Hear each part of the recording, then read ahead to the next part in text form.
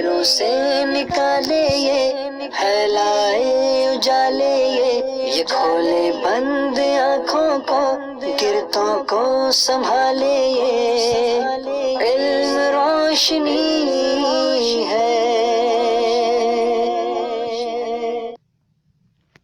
الحمدللہ الذی ابدع الافلاک والارضین والصلاة والسلام علی من کان نبیا وآدم بین الماء والتین وعلی آلہ واصحابہ اجمعین اما بعد فاعوذ باللہ من الشیطان الرجیم بسم اللہ الرحمن الرحیم۔ الحمدللہ عز وجل ہم معرفت التجوید پڑھ رہے تھے۔ آج ہم انشاءاللہ عز وجل معرفت التجوید سے حروف اصلیہ کے مخارج پڑھیں گے۔ حروف اصلیہ کے مخارج حسب ذیل ہیں۔ علم صرف میں بھی حروف اصلیہ استعمال ہوتا ہے، یعنی علم صرف میں بھی حروف اصلیہ کی اصطلاح ہے، اس طرح علم تجوید میں بھی، لیکن دونوں جگہ الگ الگ مراد ہے۔ علم صرف میں حروف اصلیہ سے مراد وہ حروف ہیں جو میزان کے فا عین لام کلمے کی جگہ آئیں، اور علم تجوید میں یعنی یہاں حروف اصلیہ سے مراد وہ حروف ہیں جن کے مخارج مستقل ہوں، جن کے مخارج متعین ہوں، یعنی الف سے لے کر کے یا تک جو 29 حروف ہیں انہیں حروف اصلیہ کہا جاتا ہے۔ اس کے علاوہ جو اور حروف ہیں انہیں حروف فرعیہ کہا جاتا ہے، جن کے مخارج مستقل اور متعین نہیں ہیں۔ مخارج یہ مخرج کی جمع ہے، اس کا معنی ہے نکلنے کی جگہ۔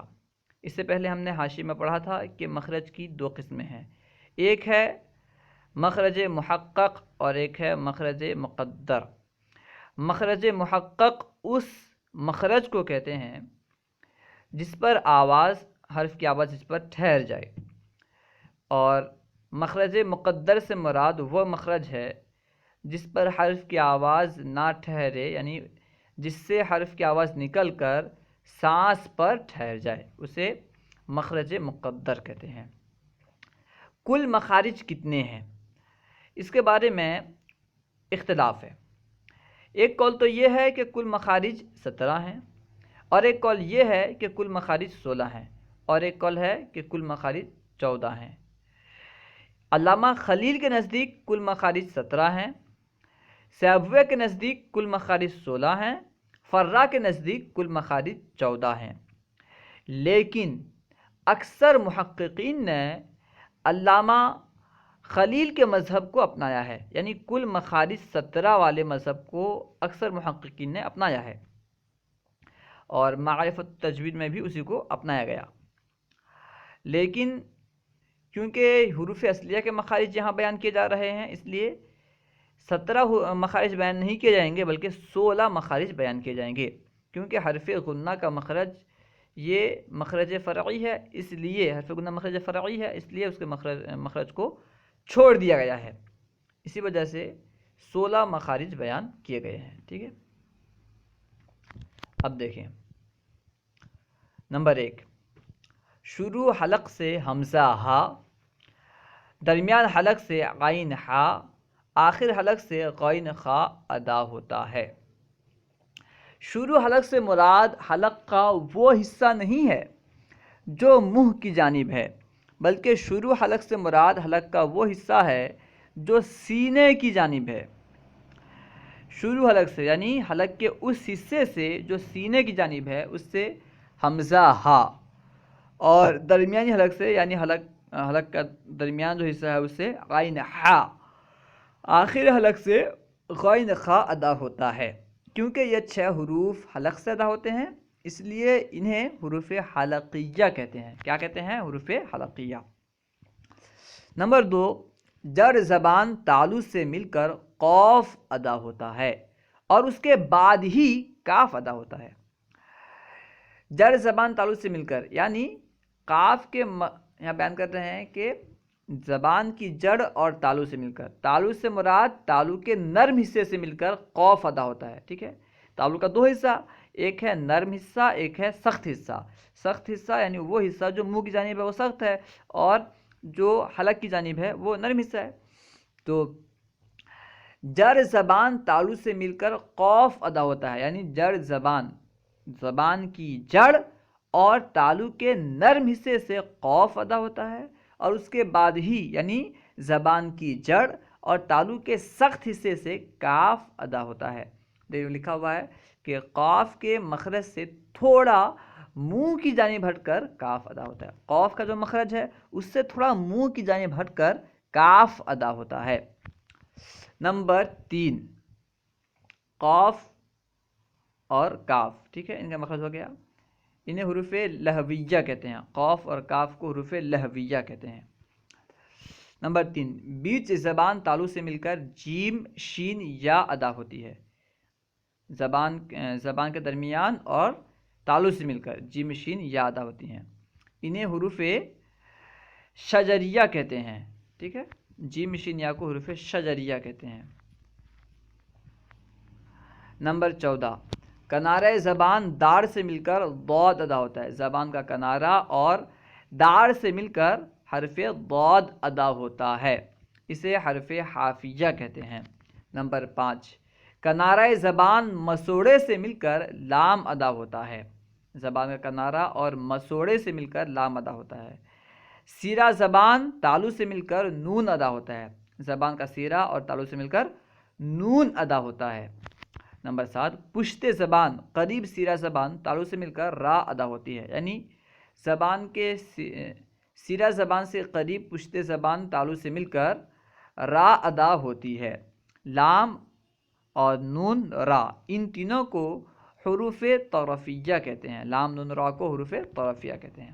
نمبر 8، سیرہ زبان اوپر کے سامنے والے دانتوں کی جڑ سے تا دال تو، یعنی زبان کا سیرہ اور اوپر کے جو دانتوں کا سامنے والا حصہ ہے اس سے کیا ادا ہوتا ہے؟ تا دال تو۔ اس کو بیان کرتے ہیں کہ سیرہ زبان اوپر کے سامنے والے دانتوں کی جڑ سے تا دال تو ادا ہوتے ہیں، اور انہی دانتوں کا سیرہ اور سیرہ زبان مل کر سا زال ضو ادا ہوتے ہیں۔ تھوڑا فرق ہے، دیکھیں، زبان کے سیرہ زبان اور دانتوں کی جڑ، سامنے کے جو اوپر کے جو سامنے کے دانت ہیں ان کی جڑ سے تا دال تو ادا ہوتے ہیں۔ زبان کا سیرہ اور اوپر کے سامنے والے دانتوں کی جڑ سے تا دال تو ادا ہوتے ہیں، لیکن سا زال ضو یہ ان دانتوں کے سیرے سے ادا ہوتے ہیں، دانتوں کے جڑ سے نہیں، ٹھیک ہے نا،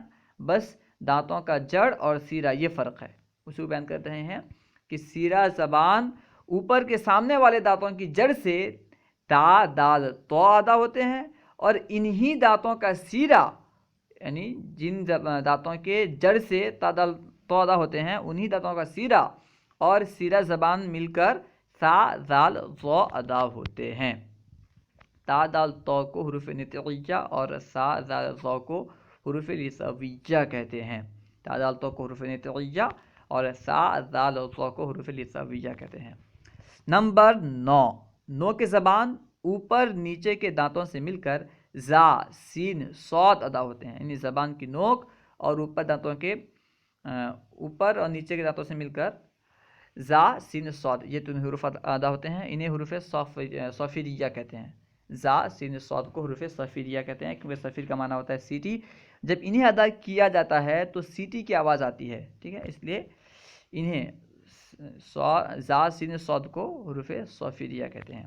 نمبر 10، اوپر کے دانتوں کا کنارہ نیچے کے ہونٹ سے مل کر فا ادا ہوتا ہے۔ اوپر کے دانتوں کا کنارہ اور نیچے کے ہونٹ یہ دونوں جب ملتے ہیں تو فا ادا ہوتا ہے، فا، ٹھیک ہے۔ نمبر 11، دونوں ہونٹ سے مل کر با میم اور کچھ کھلا رہ کر واو غیر مدہ ادا ہوتا ہے۔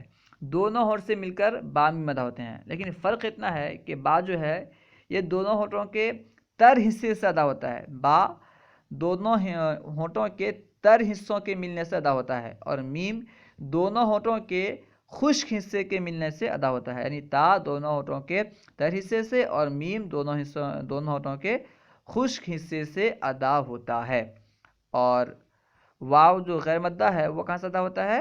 کچھ کھلا رہ کر، ٹھیک ہے نا، دونوں ہونٹ کو تھوڑا کھلا رکھیں گے تو اس سے واو ادا ہوگا۔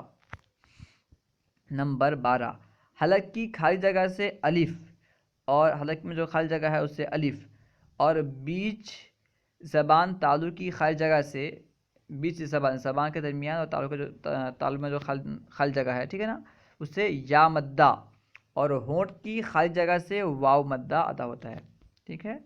حلق کی خالی جگہ اس سے الف، اور زبان کے درمیان تالو کی جو خالی جگہ ہے اس سے یا مدہ، اور ہونٹ کی خالی جگہ سے واو مدہ ادا ہوتا ہے۔